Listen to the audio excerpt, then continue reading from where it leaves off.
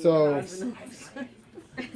all BSI, scene safety, you come in, it's going to be the same thing for the hair, right? The only, what you're going to be using this for is for a fracture, again, in the femur. And when you come in, the first thing you're going to want to do is expose the wound. So, you're going to cut her pants open, expose the wound, and then from there, the first thing you're going to want to do is check PMCS. So check her pulse, motor functions, cap refills, and sensory. From there, the next thing you're going to want to do is before you put all that stuff on, you're going to check for tech. So you're going to check for tenderness, instability, and crepitus in our hip area. So before you put this on. For the TIC, they're gonna lay flat. You're gonna need to lay flat. If you find one of those things, does that make it a contraindication? Yes, it makes it complete. Because check this out, you break, and I used this when someone broke their hip, but I didn't know any better. So imagine you break your hip, right? You know how the hip is broken down, and it's almost like two parts. Where is it really connected? It's right here in the front, this little pelvic area, but that can snap. If it breaks anywhere, it's going to be there, and in the back near the coccyx area, right? Because the coccyx is the area that holds the pelvis together. So when you do that, if you break it, now it's two pieces. So what are you doing? You're pulling the leg, the femur out, and everything else. And so you're pulling everything with it. So now you have that thing that's pulling into the pelvis, and now you're creating more pain to the patient. Right, because all the tendons and stuff are pulling with it. Exactly.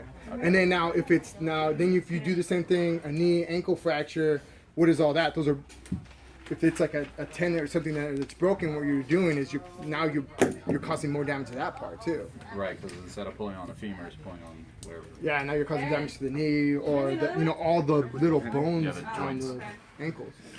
So then you just what? You just splint them and. Yeah, you just splint them and go. You can't do nothing you anything. can do. Yeah. Just making sure I understood that. All right, so you check all that. So the first thing you want to do is check her pelvis area, and so the way you want to do that is never go over the patient, go to the side, and What? I wrote the wrong date again. Yep, just feel. It was the same one. And then what you want to do is on an offset on her femur, which is next, which is where you should more than likely feel that. You know, I offer you Coke, instability. But you did say where was. So you'll go like this. Yeah, but I don't drink. And obviously, if it's broken, you're gonna see it move. And that they had This is why I got the little Yeah, stuff so thing. it's these two bones. Sorry, so it's these two Oh, it's gonna bones. be So it's easier. gonna go like this. Yeah, it's gonna right? be 'Cause easier it's to see broken. when the clothing is removed. Yeah, so obviously imagine all this stuff is clothing removed. Now you do the same thing here. You're gonna go around and check any tenderness, instability, and instability here is probably the patella being like all the way on the other side. I mean, you can see that like when the knee bone go to the side. On an offset, same thing, and then you check her ankles. Now, when all that's set, and these are perfect conditions now to put the traction split on. Now you can put this if on. one of them's like damaged, you don't put the. No, you don't put it on, especially if it's the ankle or her hips. All right. So that one. Okay. So you have this portion of it, right? Yeah. Now what you're gonna want to do. All right. Let me know if this gets uncomfortable. So you want to do is get it in here. She's gonna keep her legs straight. And the first thing you're going to do is grab the top portion. You're going to be holding, just hold that together. There you go. Put this in, and I'm going to strap this in. Yeah, oh, this is at least, this is a minimum of 2-person, and I've seen this work with 6 people.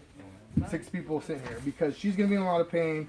What you're going to do when you start pulling, someone's going to have to hold her, and she's going to want to not. She's going to keep you from doing anything that's going to hurt her. So you go in. Everybody was 16 once. That one's too tight. Never got that. One step forward. You're my Oreo. Here, bro. And do something to do kind of. Yes. No. Oh, I shouldn't do that. My signatures are on your papers. All right, so you got it in now. So it's strapped in tight. Obviously, you're gonna do it tight. And then the next thing you're gonna do is strap it onto your ankle.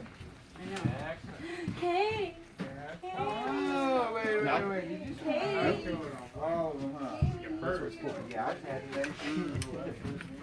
Just gonna go down here like this. It's just gonna set in, and then go right back around. Like this. And you want to do it real tight on the ankle, because again, this is where it's gonna get pulled. Bam. All right. So then the next thing you're gonna do, the rest of this stuff right here is to stabilize it. Yeah. So you're gonna want to put in above. Excuse me, sorry. Above the fracture area.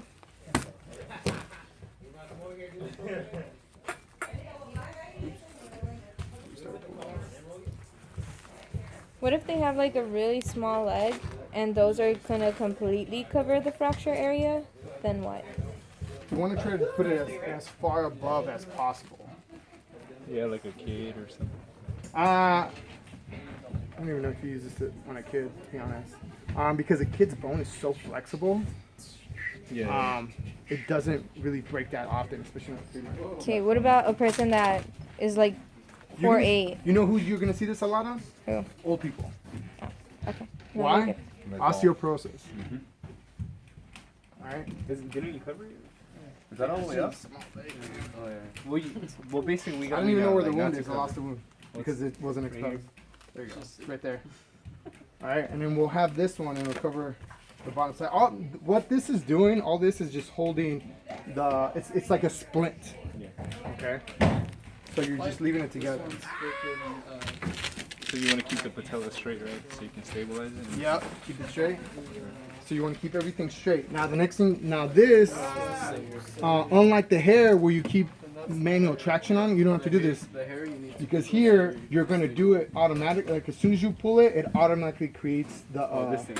yeah. Okay. So, like how much do you have to do? First you have to, before you do that, obviously you have to guess the waist of the patient. She weighs 120, 110. 110? All right. So she's 110. So how much would you pull? 10. Yeah, 10. 10 pounds of pressure. You sure? She weighs 110?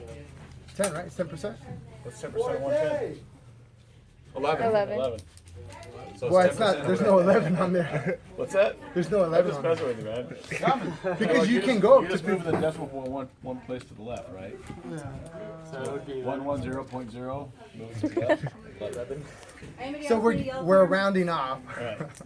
We're gonna round out Well, to some 10. students will go, okay, the patient weighs 12 pounds. What's 10% or 120 pounds? What's 10% of that? And they're like, thank you. When I get my calculator out, well, it's not a math problem. Yeah, Just take the decimal point. Because and then these. All right. So when you pull it out, the last thing you want to do is what? As soon as you stabilize it, or excuse me, as soon as you pull traction. PMCs, because you're comparing it from the first one or the initials. Checking the pulse on the dorsalis. After you check your muscles, can you move your toes for me? There's again. And the capillary recovery. And that's it. And then we I transport. feel it is more simpler than. I actually like that one better. Well, obviously, because like.